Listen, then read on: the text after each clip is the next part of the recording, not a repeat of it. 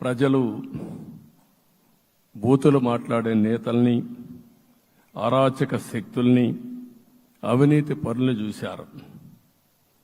పాలకులంటే ఎలా ఉండాలో చూశారు. ఈ 5 సంవత్సరాల్లో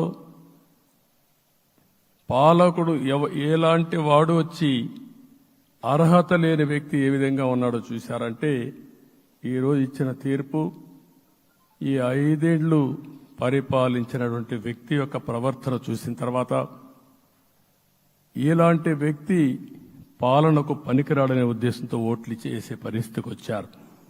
ఇది నా ఉద్దేశ ప్రకారం ఒక కేస్ స్టడీ అవుతుంది. మనందరం కానీ జాగ్రత్తగా ఆలోచిస్తే.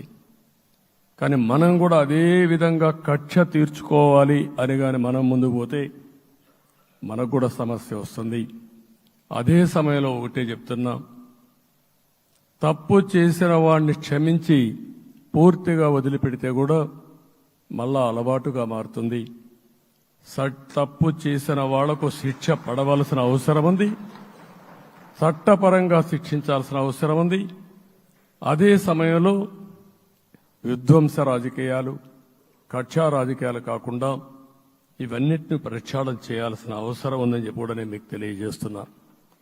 ఇంకొక పక్క 5 ఏళ్లలో ఎన్నో సంవత్సరాలు చూశాను కానీ కార్యకర్తలపైన దాడులు, హింసా రాజకీయాలు, అక్రమ కేసులు, వేధింపులు, కడాన సోషల్ యాక్టివిస్టులు కూడా ఇష్టానుసారంగా కేసులు పెట్టి హెరాస్ చేస్తే నిద్రపోకుండా వాళ్ళు కాపాడుకున్నాం.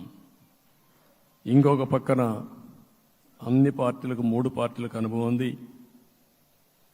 ఈరోజు మీరు చూస్తే ప్రాణాలు తీస్తూ అరాచకంగా ప్రవర్తిస్తూ తెలుగుదేశం పార్టీలో ఒక ఉదాహరణ చూసినప్పుడు అన్ని పార్టీలకు వర్తిస్తుంది.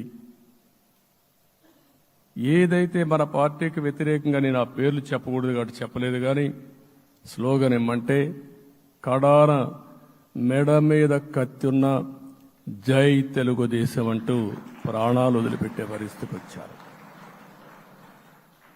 ఇది ఊహించని పరిణామాలు. ఇవన్నీ ఇప్పుడు కూడా కళ్ళ ముందర తిరిగే పరిస్థితి వస్తుంది.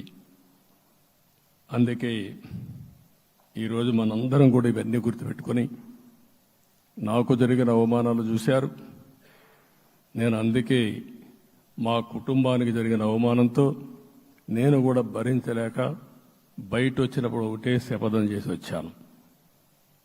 ఆ శపథం, ఇది గౌరవ సభ కాదు, ఇది కౌరవ సభ.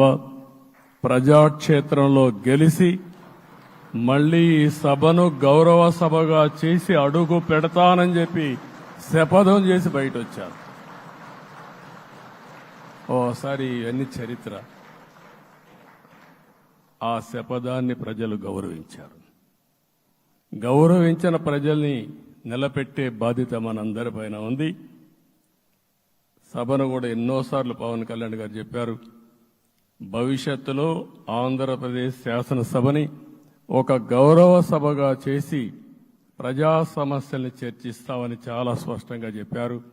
అలాంటి బ్రహ్మాండమైన వాతావరణం క్రియేట్ అవుతుంది. దానికి ఒక శాసనసభాపక్ష నాయకుడిగా నేను హామీ ఇస్తున్నా. మళ్లీ ఈ సభను గౌరవ సభగా, ఈరోజు మన పరిపాలన ప్రజా పరిపాలన, ప్రజా ప్రభుత్వంగా మనం ముందుకు పోవాల్సిన అవసరం ఉంది. ముందుకు పోతామని చెప్పి కూడా నేను మీకు తెలియజేస్తున్నా.